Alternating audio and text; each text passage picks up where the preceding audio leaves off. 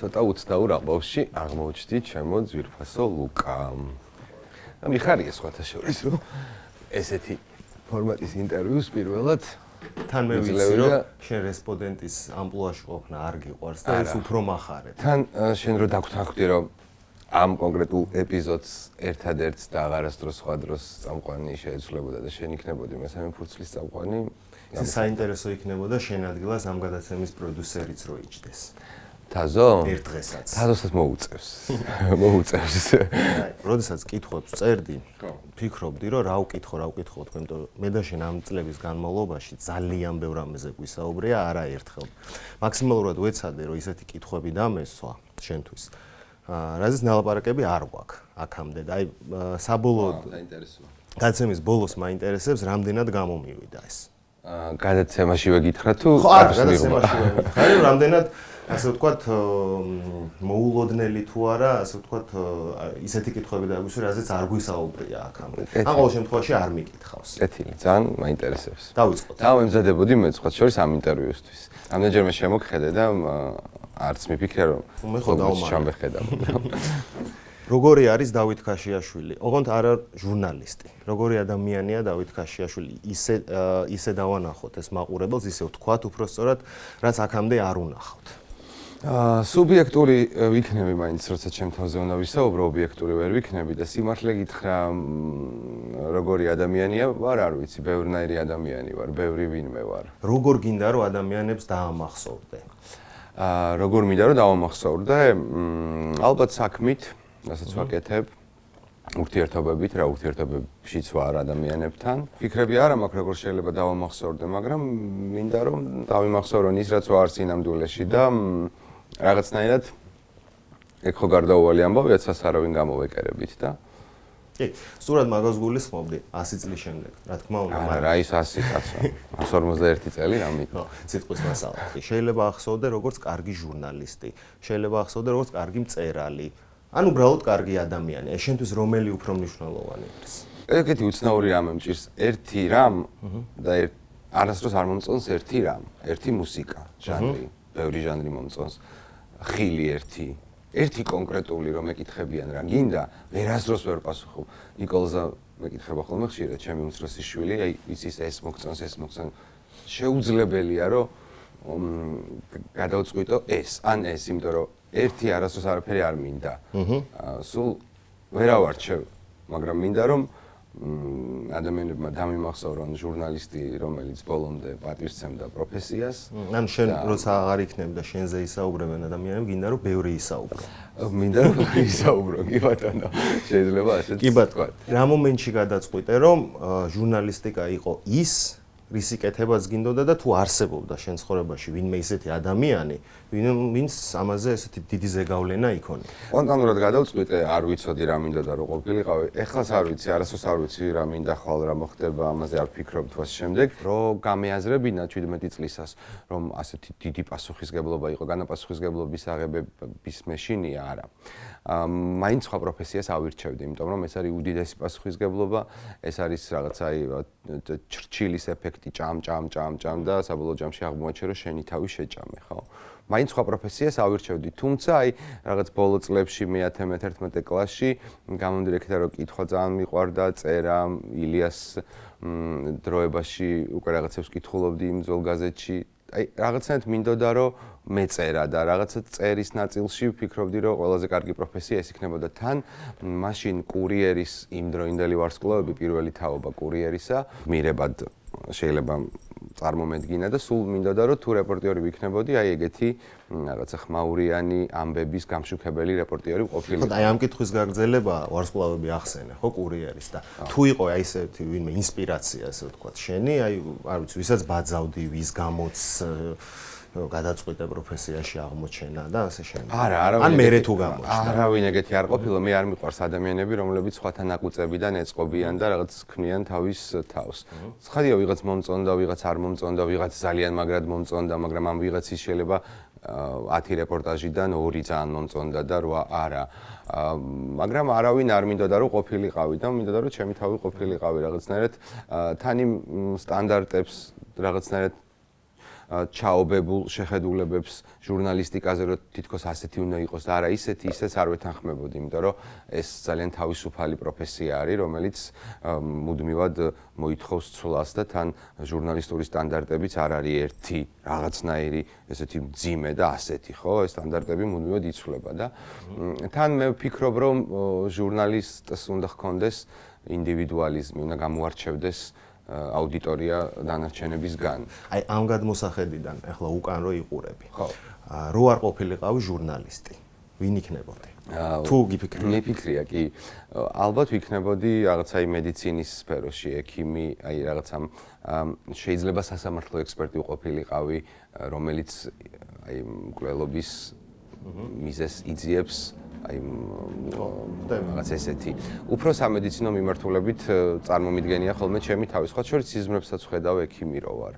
ვიღაც რო გადავარჩინე, დიდ ოპერაციას რო ვაკეთებ და მე რო გამოდივარ და რო ვეუბნები ახლობლებს, რომ ყველაფერი კარგად დამთავრდა და ალბათ ექიმი ვიქნებ. ცუდად დამთავრდა ნაქსიზმრებია? არა. ყოველთვის დადებით კონტექსტში გესწრება. შეიძლება ეს პასუხი არ გამეცა, მაგრამ აი სიზმრებში როდესაც ექიმი ვარ, ყოველთვის ყველა ოპერაცია წარმატებით სრულდება. მეც მაქვს ეს გამოცდილება, რომ მოვლენებს, როცა რაღაცები ხდება განსაკუთრებით ესეთი მძიმე ამბები, ხო? ჟურნალისტები სხვანაირად აღიქვავენ, იმიტომ რომ შენ უნდა მიხვიდე, რაღაცა დეტალებში ჩახვიდე, მერე გააშუქო და მერე წახვიდე დაიძინო და მეორე დღეს იგივე განაგრძო, ხო? შენ ცხადია ჩემზე მეტი გაქვს. ესეთი შემთხვევები დარწმუნებული ვარ. ერთ-ერთი მათ შორის ეს კარგად მახსოვს რომ მომიყევი, მაგრამ არ ვიცი ეგ არის თუ არა ის შემთხვევა. აი ისეთი ამბავი, რომელზეც გიმუშავია და შენზე ესე ვთქვათ ძლიერი ემოციული ზეგავლენა მოუხდენია, თუ არის და რა არის. აქაც იგივე პასუხს გაგცემ, რომ ერთი ამბავი არ არის, ყველა ბევრია ვერ გამოვარჩევ მძიმე ამბებს, რაზეც მიმუშავე, ისე აღმოჩნდა, რომ როდესაც ამ პროფესიაში მოვედი, აი რაღაცნაირად ესეთი ნიშა მერგო, რომ კრიმინალური ამბები უნდა გამეშუქებინა და სულ ამას ვაკეთებდი და ვაკეთებ დღესაც. განსაკუთრებით მაშინ, როცა რეპორტიორი ვიყავი, მხოლოდ და მხოლოდ აი კრიმინალური მიმართულება იყო ჩემი გასაკეთებელი საქმეები. ემოციურად პირველ საწყის ეტაპზე რაღაცები ემოციურად მოქმედებდა, მაგრამ შენ სწორად აღნიშნებ, რომ დღეს შეიძლება მღვდელი იყო ხვალ პროკურორი, ზეგ მოკლულის ინტერესები დაცვა მოგიწიოს, იმიტომ რომ რაღაც ესეთი ხვალ ვიღაც ვინც საძაგლობა ჩაიდინა და მე თუ დავრჩები ყველა ამბის ემოციაში, უბრალოდ ვეღარ შევძლებ ხვალ გავაგრძელო მუშაობა. ნუ შენ როგორც გადაცემის წამყვანი მონაწილეობ ხოლმე, ასე ვთქვათ, ჟურნალისტების შერჩევაში, ხო? შენ გადაცემაში ვინც მოგყავს და აი მაინტერესებს შენი გადმოსახედიდან ან ერთი, ან მრავალი, იმიტომ რომ ეს ერთი არ გიყვარს, რა თვისებები უნდა ჰქონდეს ადამიანს, რომ შენ შეძლო მასთან განიხილო მასთან თანამშრომლობის გაგრძელება. ნუ ცხადია ჟურნალისტებს კეთილი ზოგადად მაგაზე ძალიან ისე გიპასუხებ, ბევრჯერ ვისაუბრია მე და შნამაზე, მაგრამ ამ შემთხვევაში საზოგადოებისთვის ნებისმიერ ურთიერთობაში სამსახურეობრივი იქნება ეს თუ პირადი, არ აქვს მნიშვნელობა პროფესიას, პირველ რიგში ადამიანი ვისთანაც ვითანამშრომლებ უნდა იყოს პასუხისგებლიანი კოლექტივის, პასუხისგებლიანი საქმის მიმართ და ნუ პასუხისგებლიანი აუდიტორიის მიმართ, ვისთვისაც რაღაცას ამზადებს. რაც შეეხება ჟურნალისტებს, ვისთანაც ბევრ ჟურნალისტთან მითანამშრომლია, თანამშრომლობ, საომალოთაც ვითანამშრომლებ. ალბათ რაღაცნაირად ანუ უნდა იყოს ცნობის მოყვარე, ინტერესიანი, წყაროებთან ურთიერთობა არ უნდა ეზარებოდეს და უაზრო, უსაგნო ამბებით არ უნდა დღებდეს დღის იმ წესრიგს, რაშიც ერთად ვიმყოფებით. და აქვე ტექნიკური ნაწილი. ტექნიკური ნაწილი, მაგრამ აქვე გეტყვი, რომ ახლა ძირითადად ვისთანაც ვმუშაობ, ძირითადად არიან სტუდენტები, ვისთანაც მიურთიერთია როგორც მათი ლექტორი და იქედან ვიწყებ ურთიერთობას და უფრო ახალგაზრდა თაობა არის, რომელსაც ინტერესიც მეტი აქვს, განსხვავდება ძველი თაობის ჟურნალისტებისგან, არ აქვს ეს რაღაცნაირი ვარსკვლავური მისწრაფებები და ეს ამომწყოს. ხო, მაგრამ აი ადამიანი რო იყოს ყველა ამ თვისებით შემკობილი. პასუხისგებლიანიც იყოს, ინტერესიანიც იყოს და ნუ ამ შემდეგ რაც ჩამოთვალე, მაგრამ იყოს აი ცუდი ადამიანი, ესე რომ ვთქვათ რა, აი რაღაც ისეთ მიუღებელ საქციელებს ჩადიოდეს, ან რაღაც მიუღებელი შეხედულებები ქონდეს, შენთვის მიუღებელი. ამ შემთხვევაში თუ მოახერხებ მასთან? კი, მოახერხებ, თუ მისი პროდუქტი იქნება ისეთი პროდუქტი, რომელიც უნდა მომცეს კვირის ბოლოს გადაცემისთვის და თუ ის რეპორტაჟი იქნება კარგი რეპორტაჟი, მის ეკლებს ავიტან და ამიტანია და ავიტან. მთავარი არის, რომ აქ მთავარი გმირი არის ის გადაცემა, რისთვისაც აქ ვიკრიბებით. ამ შემთხვევაში არის შაბათის ფორმულა და აქ ვინც ვიკრიბებით, აქ არ ვიკრიბებით იმის გამო, რომ მეგობრობა დავატოლოთ, ერთმანეთს ან ხასიათები გაუცვალოთ, ხო, ვიკრიბებით იმისთვის, რომ მთავარი გმირი არის შაბათის ფორმულა. თუ ამ გადაცემისთვის კვირის ბოლოს ის მოიტანს კარგ პროდუქტს, ცხადია, მისი ეკლები არ მაინტერესებს. მინიმუმ 2 ხელისუფლებას მოესწარი, ხო, ჟურნალისტის რანგში და ოდესმე თუ დაუშვებდი, რომ დილის გაზეთში მუშაობდი შევარდნაძის დროს. აი ეს არ ვიცი.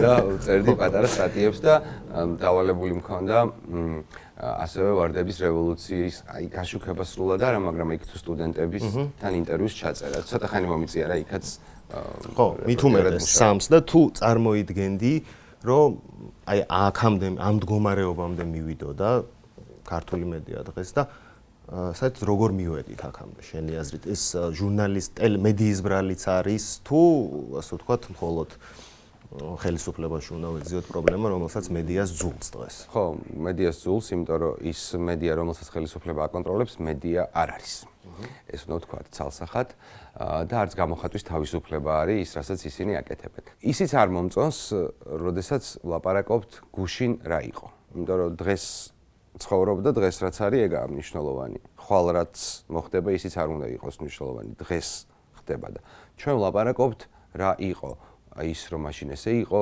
მაშინ ესე ხდებოდა არა გუში რა იყო საერთოდ არ უნდა გვაინტერესებდეს მაგრამ ნუ ეგეც საზოგადოება ვართ პარალელების გავლება გვიყვარს იქ რა ხდებოდა თუ ასე შემდეგ ხო მართლა ვერ წარმოვიდგენდი გულწრფელად გეტყვი რომ გაჩნდებოდა ესეთი უზარმაზარი უფსკრული იმ ადამიანებს შორის რომლებთან ერთადაც ომი გამიშუქებია, მკვლელობები გამიშუქებია, ჯოჯოხეთში მომხვდარ ვართ, ინფორმაცია გაგვიცვლია, მასალები მიგვიცია, პროფესიისთვის პატივი გვიცია, რა ვიცი, ყველაფერს რომ თავი დავანებოთ, თუ აღმოჩნდებოდით ამ მდგომარეობაში. და ხა რა მოცემულობა გვაქვს, ხო?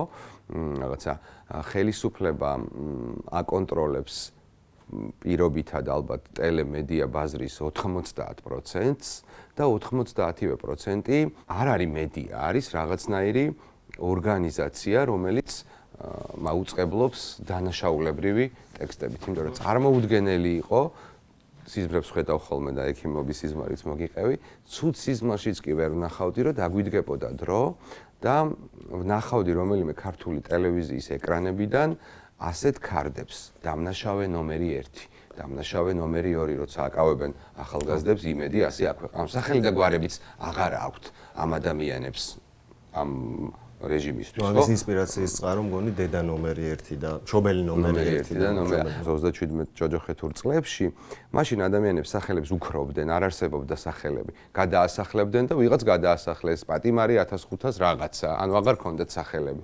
ზუსტად იგივე. ანუ ის კი არა, რაღაც სტანდარტები ხო გვაქვს და ხო მუშაობ და სიტყვა დამნაშავე, მკვლელი, ასეთ რაღაცებს რატო არ ვამბობთ? იმიტომ რომ შენ ხარ ჟურნალისტი და ხელმისაწვდომი უნდა იყო აბსოლუტურად ყველასთვის და ამიტომ უნდა მეტ-ნაკლებად რაღაცნაირად პატივს სცემდეს შენს თავს პირველ რიგში და მერე შენს პროფესიას და უცებ ეს ყველაფერი ისე აირია და შემოbrunდა რომ თვითონ ტელემედიებიდან გველაპარაკებიან პროკურორზე უფრო პროკურორი ადამიანები ოღონდ თან ყველაზე უცნაური რა არის თავის თავს ებრძვიან და ანუ ესეთი მძლავრი პროპაგანდა რო არ იყოს ხო რაღაცა ხელისუფლებაც ცოტა უფრო მოირყეოდა დათმობაზე წავიდა და იტყოდა რომ კი 500 რაღაცა ბავშვს რატო დავალეწე სახე მინდოდა ეგეც მეკითხარ შენს კოლეგებს რამე სხვა არ ეტყოდით ხო მაგრამ მე მგონი მეც არა უნდა თავიანთ აი დღეს 30 ოქტომბერია და საკრებულო პირველად შეიკრიბა და ეს ჩრდილელი სახელი არ მახსოვს საკრებულოს დეპუტატი ჟურნალისტი ჩვენი ეკითხება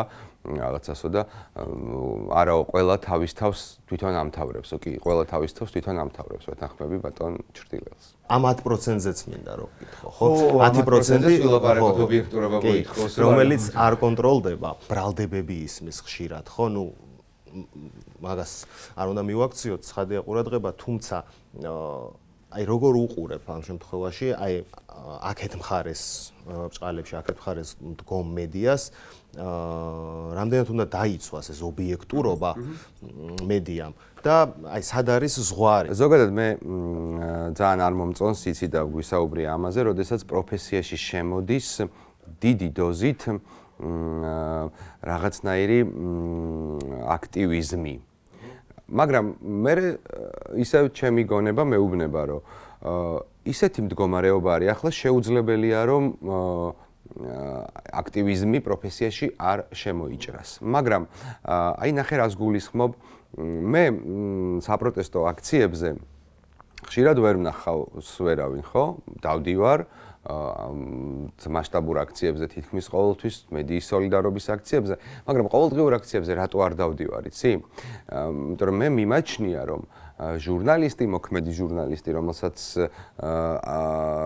რომელიც არ ემორჩილება რაღაც რეჟიმს ან რაღაც კონკრეტულ ძალას და ემორჩილება მხოლოდ და მხოლოდ საკუთარ პროფესიას და აუდიტორიას, უნდა იყოს ხელმისაწვდომი ყველასთვის. აბსოლუტურად ყველასთვის უნდა იყოს ხელმისაწვდომი. მე არ მომწონს მაგალითად, რაც არ უნდა აუდიტორიას არ მოსწონდეს პოლიცია და შეუძლებელია მოგწონდეს, რადგან ახლა რეჟიმმა ეს ადამიანები, ჩვენი ბიძაშვილები, მეზობლები, ძმაკაცები აქცია. მაინც არ მომწონს ჟურნალისტი, რომელიც პოლიციელს ეშპილკავება და რაღაცნაირ კითხვებს უსვამს ან დასცინის. ეს არ უხდება. კიდევ არაფერ კავშირში არ არის პროფესიასთან. ამისთვის არსებობს YouTube პლატფორმები, TikTok პლატფორმები და იქ შეგვიძლია რომ რაღაც ეგეთები ვაკეთოთ, ხო? მაგრამ შეგვეძლო მე. შეგვეძლო ეგეც. აი თუნდაც აი ესეთი ფორმულირებით რომ მოგიყვე. დეპუტატი ნინო წილოსანი ადის კიბეზე. მიყვება ჟურნალისტი და ასეთი ფორმულირებით უსვამს კითხვას. თქვენი შვილი ამერიკაში რო სწავლობს, იქედან რომ გამოაგდებენ და აქ რომ უნდა ჩამოვიდეს და ირაკლი კობახიძემ რომ უნდა ასწავლოს, რას ფიქრობთ? და ნახე როგორი გამაღიზიანებელი შეკითხვაა, იმიტომ რომ რა იცი მისი შვილისაც სწავლობს, რა იცი რომ აგდებენ და თუ აგდებენ, რა იცი რომ მაინც კობახიძემ უნდა ასწავლოს. აი ეს აკარგვინებს მე ნდობას, როცა ვსაუბრობთ მედიის ნდობაზე, იმიტომ რომ კი იყავი კრიტიკული, შენს რეპორტაჟებში იყავი კრიტიკული, ძალიან კრიტიკული, მომიმზადე ისეთი მასალა, რაც ამოაყირავებს რაღაცა ამბავს, მაგრამ რაღაცნაირად მაინც ეს ზღვარის იმისი გააზრება, რომ შენ რეპორტიორი ხარ, მაინც ყოველთვის არის, მე ესე ვფიქრობ, აი ეს ბალანსი უნდა დავიცვათ. არ ვიცი რამდენად ჩვენ მე პირადად რამდენად ვახერხებ, მაგრამ ვცდილობ რომ მოვახერხო. და რა არის ხო ჟურნალისტიკა? ჟურნალისტიკა არის რომ მე უნდა ავიღო პასუხისგებლობა, რომ აი აქ საბურთალოზე რომ რაღაც მოხდა, ვიღაცას ჭიათურაში, ზუგდიდში და სვანეთში მე უნდა შევუქმნა ამ მომხდარზე აზრი. ხო რამ ხელა პასუხისგებლობაა მისი გააზრება, ხო? და ჟურნალისტი არ ეკუთვნის თავის თავს. ჟურნალისტი როცა ხდები და თან მით უფრო საზოგადოებისთვის ცნობილი, დიდ და გამადიდებელ შუშას დაატარებ და ყველას ეკუთვნის. ძალიან ბევრჯერ მართლმოსმენელი. ჟურნალისტის სოციალური პლატფორმების, რასაც ის მოიხმარს. იქაც ჟურნალისტი არის და არ მართლდება იმით, რომ ის ჩემი Facebook პირადი გვერდია და იქ მინდა არა, იმიტომ რომ რა ვქნათ, ეგეთი არა ეს პროფესია რა, ყველგან ჟურნალისტი ხარ, მაღაზიაში შეხვედი ჟურნალისტი ხარ, მიდიხარ ქუჩაში ჟურნალისტი ხარ, ვინც დაგინახავს იმისთვის ტელევიზორიდან გიცნობს, ბავშვი რო იყო და დედა რო აძინებდა, შენ რაღაცას უყვებოდი, ვიღაცას თავი მოაჭრეს და სხვა ნაირი დამოკიდებულება აქვს საზოგადოებას შენს მიმართ და ყველგან გამოთქმული შენი აზრი არის რეპორტიორის აზრი და არა მოქალაქის აზრი. ან ნებისმიერ შემთხვევაში ჟურნალისტი მაინც ობიექტური უნდა დარჩეს. ობიექტური შეიძლება ვერ დარჩეს ჟურნალისტი, მაგრამ აი ხაცა ობიექტურობაც ხო რაღაცა პირობითია, ვისთვის რა არის ობიექტურობა? ანუ ობიექტური რაც არ უნდა მე მინდოდეს რომ ობიექტური ვიყო, მაინც სუბიექტური ხარ რაღაცას რო ყვები, შენს ფილტრში გაივლის ამბავი და ისე ყვები, კი ამბავს არაფერს შემოაძარცვავ და შეეცდები რომ მაქსიმალურად ნატურალურად მოყვერაც ნახე რაც გადაიღე თუ ასე შემდეგ, მაგრამ მაინც შენ ფილტრშია გატარებული და სრულად ობიექტური ის ვერ იქნება, მაგრამ აქ არის საუბარი რომ თვითონ რეპორტიორმა თუ კი ბრაზდებით მეორე მხარეზე ახლა სახელმწიფო მედიაში მომუშავე გლითერებიან ჟურნალისტებზე, და ეს არ არის ჟურნალისტიკა და ეს არ არის ჟურნალისტიკა. და არც გამოხატვის თავისუფლება, ეს არის რაღაც დანაშაულებრივი სინდიკატი. აქეთაც გასაბრაზებელი, იმიტომ რომ ისედაც შევიწროებული ხარ ფული, შენ არა გაქვს, ვიცი, გავიწროვებს ხელისუფლება, იარლიხს გაწებებს, რომ აგენტი ხარ, გდევნის, გაპატიმრებს, გაჯარიმებს და ახლა შენც არა და ადამიანებს გონიათ, რომ ძალიან ბევრი ფული აქვს ჟურნალისტებს, იცი? ხო, ვიცი, განსაკუთრებით წამყვანებს და კურიერში მუშაობდი და არც ვიტყვი რამდენი რო წამოვედი მაშინაც კი ხელფასით წამოვედი იქედან და ძალიან მინიმალური ხელფასი მაქვს რა, ძალიან ცოტა და ძალიან ოჯახის ახლობელი მეკითხება ესეთ რამეს, რომ რაცაც საუბრობთ და ადამიანებს ხო უყვართ შენს მაგივრად გადაწყვეტილებების მიღება და დასკვნების გაკეთება, რომ შენ ერთი 15 გექნება, ხო? და იქ ვიფიქრე რომ მაშინდელი 15 ძალიან ბევრი. ხო, თან მაშინდელი 15, ხო ვიფიქრე რომ ამას რო უთხარ რომ მე 15 არ მაქვს, არც დაიჯერებს რა და იტყვის რომ ეს აფერისტია, მე უთხარი და 15 მეთქი შარშა მქონდა. ხო, ეგრე არა. და გიფიქრია რომ აი აღარ შეგიძლია, აღარ გინდა და აი დავდებ ამისი უფლებას არ მაქვს, აი რომ ვიფიქრო ეს რომ აღარ ანუ არ მაქვს ამისი უფლება. ერთი და მეორე რო დავდო, მაშინ ჩემი თავი უნდა დავკარგო, ანუ ჩემი თავი უნდა გადავდო სადღაც, უნდა უჯრაში ჩავდო, ან სადღაც ოთახში გამოვიკეტო და მე ჯერ ჩემ თავს ამას ვერ გავუკეთებ და მეორე არც ხო, მაგრამ ემოციურად არ ქონია ის მომენტი, რომ აი აღარ შემიძლია და გაგიფიქრია წამით მაინც რომ დავდებ. არასდროს. არასდროს არ მიფიქრია ჟურნალისტიკიდან წასვლა და თუ წავალ ჟურნალისტიკაში აღარ დავბრუნდები, იმიტომ რომ აი როგორი რაღაცა არის, იცი, აი მღვდელმა რო კაბა გაიხადოს და თქვას რომ მე მივდივარ, აღარ ვიქნები მღვდელი და ხვალ რომ მომუნდეს რომ მღვდელი იყოს, ხო ვერ იქნება, არ მოსულა. აი ეგრე არ მოსულა ჩემთვის რომ წავიდე ჟურნალისტიკიდან და გაჩნიასაც წავალ კიდე და მე ისე უკან დავბრუნდე ჟურნალისტიკაში. კი, ახალგაზრდა ხარ, მაგრამ მაინც მეკუთვნი შენ ძველ ტრადიციულ მედიას, ასე ვთქვათ, იქ დაიწყე და ნუ იქ აგრძელებ და მაგრამ მილევადი არ არის ჩემი აზრით რა აქვე. აბა, შეგისწორებ რა. უბრალოდ ამ მედიას საშუალება არ აქვს, თორე მედია შეუძლია იყოს ყველაზე ძლიერი, იმიტომ რომ კი არა, ტელემედიაზე ვსაუბრობ, ამ შემთხვევაში ტელევიზია და ტელევიზიის ტელევიზიაზე ვსაუბრობ მეც. ამას ამოვჭრი მეგობრებო, просто ჩაგეჭერით. ნუ ხო, ოკეი. იყოს დატოვე, რა პრობლემაა. რა. ჩემი ერთი ორი სიტყვის. იცი რა არის, მიხა შენ თუ რამე კითხვის დასმა მოგინდება და თან ხმა უნდა ისმოდეს, უნდა გთხოვ რომ დამიძახო. ლუკი. დავანებოთ მაშინ თავი მედიას, თუ ამასაც ამოჭრის ეს. კაი, დავანებოთ თავი მედიას, დროებით მაინც შევუშვათ, გადავიდეთ უკვე აუდიტორიაზე, ხო? შენ პირველი ლექცია გაიხსენე. აი რო შეხვედი, რა შეგრძნება იყო. ნუ გამომდინარე იქიდან რომ ინტერვიუს მიცემა არ გიყვარს, წესით ესეთ დიდი აუდიტორიის წინაშე რომ ბევრი თვალი რო გიყურებს, წესით უნდა გენერვიულა. ძალიან ინერვიულე თუ არა და რა იფიქრე? ძალიან ინერვიულე, თან ეს იყო 13 წლის წინ და მეც ძალიან პატარა ვიყავი, ანუ რამდენი წლის გამოვდივარ, ხო პატარა ვიყავი, ანუ ძალიან ახლოს ვიყავი სტუდენტებთან ასაკობრივად. არა, ვერ დავთვალე უბრალოდ. ანუ 13 წელი 41 რო გამოვაკლოთ, გამოვედივარ 28.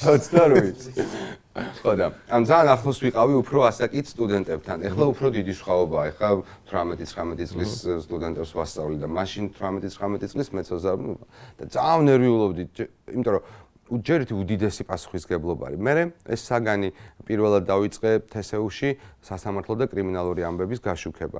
ეხლა სხვადასხვა უნივერსიტეტში მუშაობ და სხვადასხვა საგნებსაც ვკითხულობ, გზად ესე აღმოჩნდა. არც ვიცოდი, მქონდა თუ არა უფლება მაგალითად აი რჩევის მიცემის, გაზიარების თუ რაღაც, მაგრამ აი პირველი ლექციის ამ ისე კარგად ჩაიარა და იმდენად კარგი იყო ინტერაქციაც და რაღაცა მეორე ლექციიდან უკვე მინდოდა რომ კიდევ ახალი ლექციისთვის მომზადებულიყავი კიდევ და ეს პირველი კურსი, პირველი ჯგუფი სულ მახსოვს ძალიან ბევრი ჟურნალისტი ახლა სხვადასხვა მედიაშია და აი იმან ძალიან გამომწრთო რაღაცნაირად და ძალიან ნერვიულობდი რა. ყველაფერზე ნერვიულობ, ანუ მე ძალიან პასუხისგებლიანი ადამიანი ვარ ყველას და ყველაფრის მიმართ, შენ იცი და ვიდრე არ დამთავრდება ის ამბავი, რის პასუხისგებლობაც ავიღე და თუ არ დამთავრდება ისე როგორც მე დავგეგმე, ანუ იდეალურად, ამან შეიძლება მე ძალიან გამანადგუროს და ყოველთვის ყველაფერს ესე უდგები და ნუ თუ ეს რაღაცა პირველია, ცხადია ემოციაც უფრო ზღვა არის და ნერვიულობ და აი სხვა შორის იმ პირველი ჯგუფიდან ერთი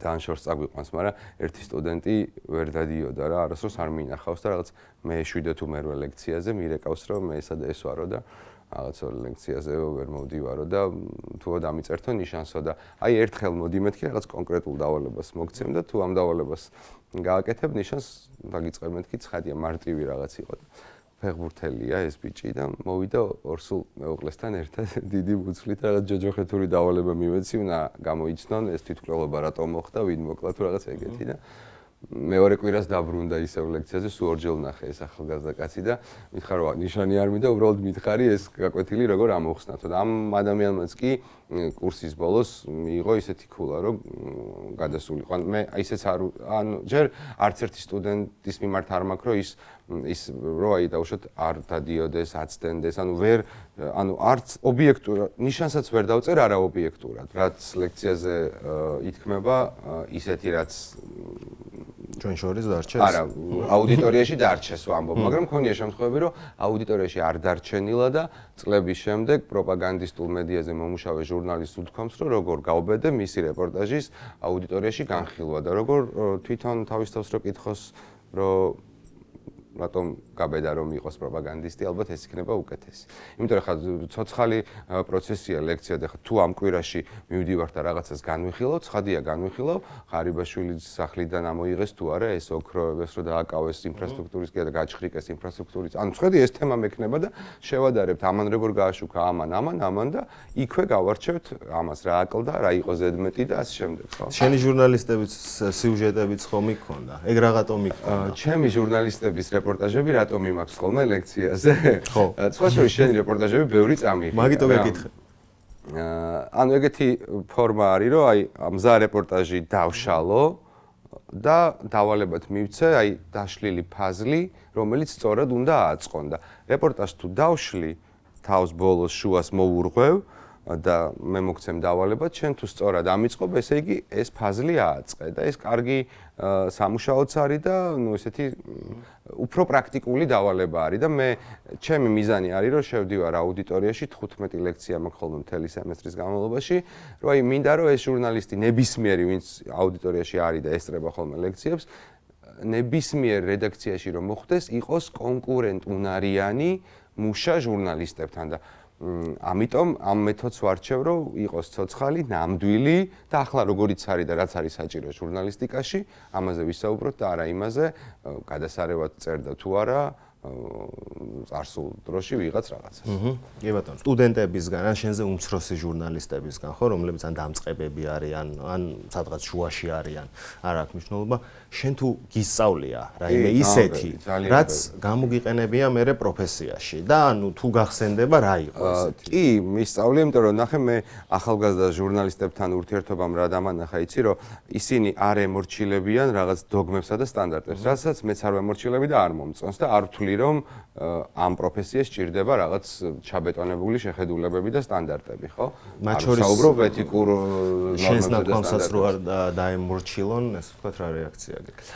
იცი, ჩემ ნათქვამ შეიძლება არ დაემორჩილო, მაგრამ მე შეიძლება ჭეშმარიტებას რაღაცაზე არ ვლაპარაკობდე, მაგრამ შენთან დასაქმებულს გულისხმობ, ვისი, ასე ვთქვათ, უშუალო ხელმძღვანელიც ხარ. კი, მთავარია იმ ტელეპროდუქტს, რაზეც შენ მუშაობ, იმას ემსახურებოდე და შენი სიუჟეტი. ანუ შენი სიუჟეტი უნდა ჯობდეს აბსოლუტურად ყველა სიუჟეტს, ვინც მაგ თემაზე მუშაობს. და თუ ანუ ეს თუ არ არის სამართლიანი მოთხოვნა, არ ვიცი, იმიტომ რომ მე ანუ ყველაზე მეტად ნახე რა მაბრაზებ და ძალიან იშვიათად მომხდარა, მაგრამ აი მუშაობდით ერთ სადა იმავე თემაზე, მე, შენ და მიშა ვთქვათ, ის სხვა არხიდან, შენ სხვა არხიდან, მე სხვა არხიდან.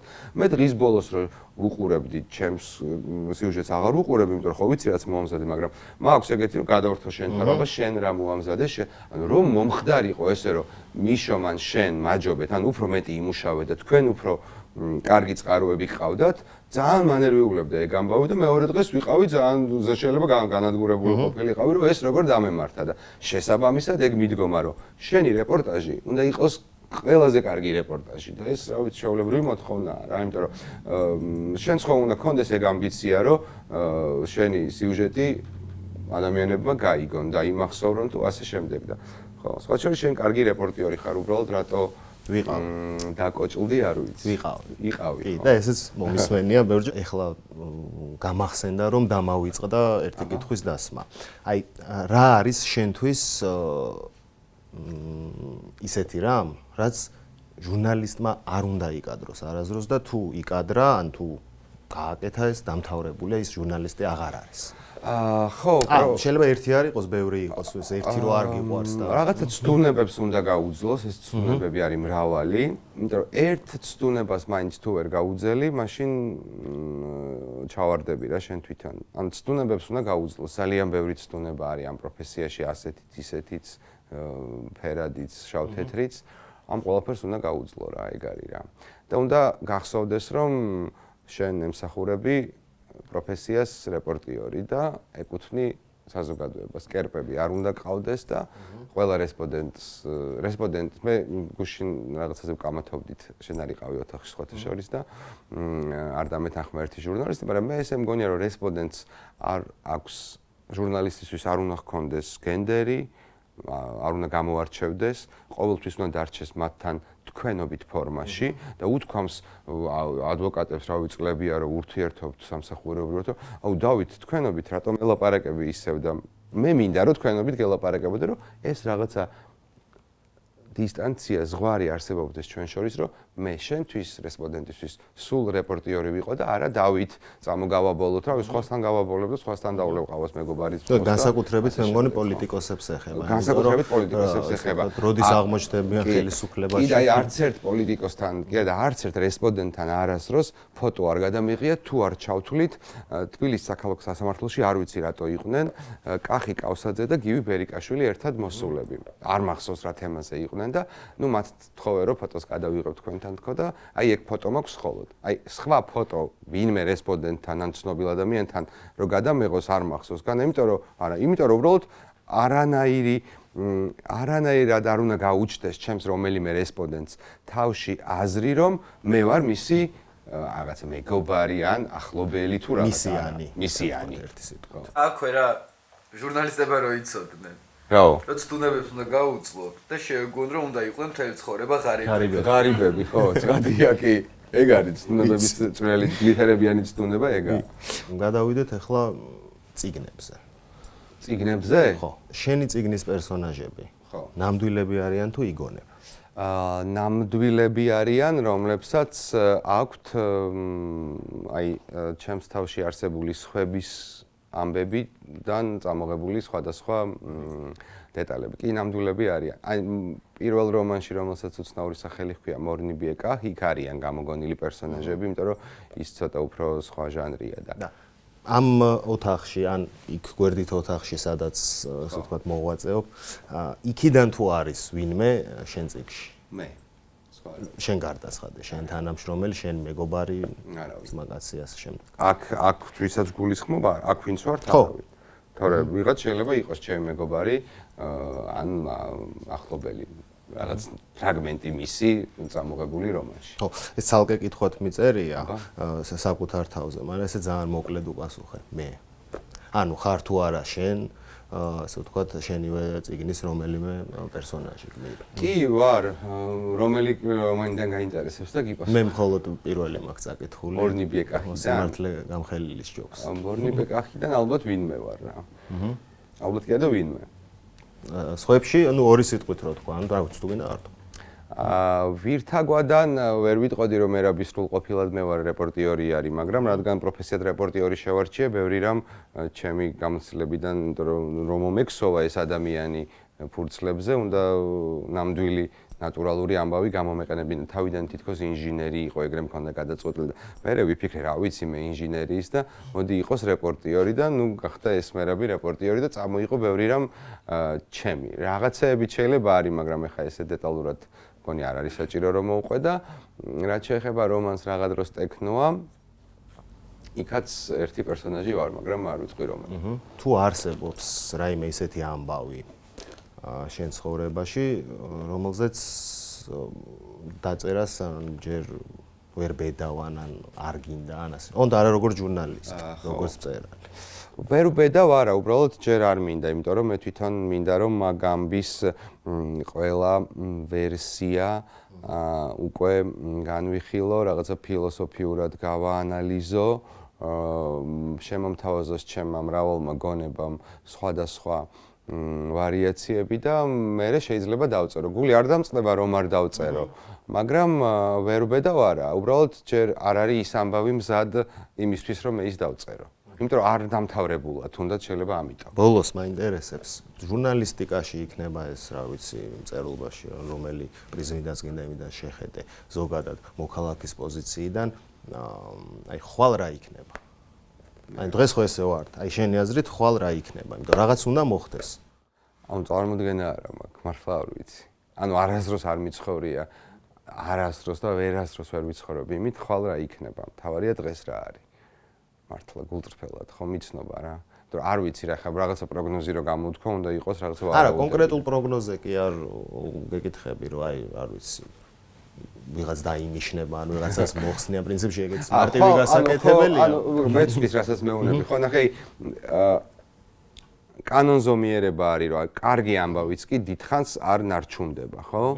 აი კარგი ამბავი, სასიყვარულო ან სასიხარულო ან არ ვიცი, გაჯერებული მხოლოდ, ანუ ეს ამბავიც კი დიდხანს ვერ ნარჩუნდება, იშლება და ესეთი საძაგელი და რაღაც ზისხში ჩადღვებილი ამბავი, რომ დიდხანს ვერ გაჩერდება, წარმოუდგენელია. ხვალ იქნება რაღაც ახალი გამოწვევა, რომელიც ძალიან დიდი იმედი მაქვს, რომ აი ამ წარსულს, რომელსაც ვტკეპნით და პარალელებს ვავავლებთ, აღარასდროს აღარ გაიმეორებს და მაგალითად არ ვიცი, აი ხო, რა ეგ უნდა იყოს რა. უნდა გავიდეთ სამშვიდობოს. ხო. იმიტომ რომ სხვა შემთხვევაში, ანუ მართლა არაფერი არ, მე მაგალითად არაფერი არ გამაჩნია ჩემი სამშობლოს გარდა, ანუ საქართველოს გარდა არაფერი არ გამაჩნია. ერთი წამით ვერ წარმომიდგენია საქართველოს გარეშე რომ ვიცხოვრო, აი ყველაფრის გარეშე შეიძლება გაძლო ადამიანმა ყველას გარეშე წარმოიდგინა, მაგრამ რო წარმოვიდგინო საქართველოს გარეშე, ოღონდ საქართველო ესე არა ხო, ანუ რაც არის თავისი ყველაფრით ხო უზარმაზარი ზღვა პასუხისგებლობებით, ისტორიით და ღირსებით, ხო, მაგიტო ვამბობ ამას, ხო? ანუ შეუძლებელია რომ ასეთი ზიზღიანი, შავთეთრი და რაღაცა შევიწროვებული ვიღაცის, ასე ვთქვათ, ნეტარყუჩობაზე დამოკიდებული იყოს ეს ქვეყანა, ხო, შეუძლებელია. საქართველოს თუ ფეხზე არ დგას ძლიერი არ არის თუ არ ჭექს, არ ყვირის და არ ამბობს თავის სათქმელს სოფლიოში და არა მხოლოდ ადგილობრივად ან ჩრდილოეთით, მაშინ მეც მკვდარი ყოფილვარ და ეგ არა. აი ბატონო. მადლობა. მადლობა შენ. ეს ძალიან კაი. მადლობა ბიჭებო. შენ რა შემეცი?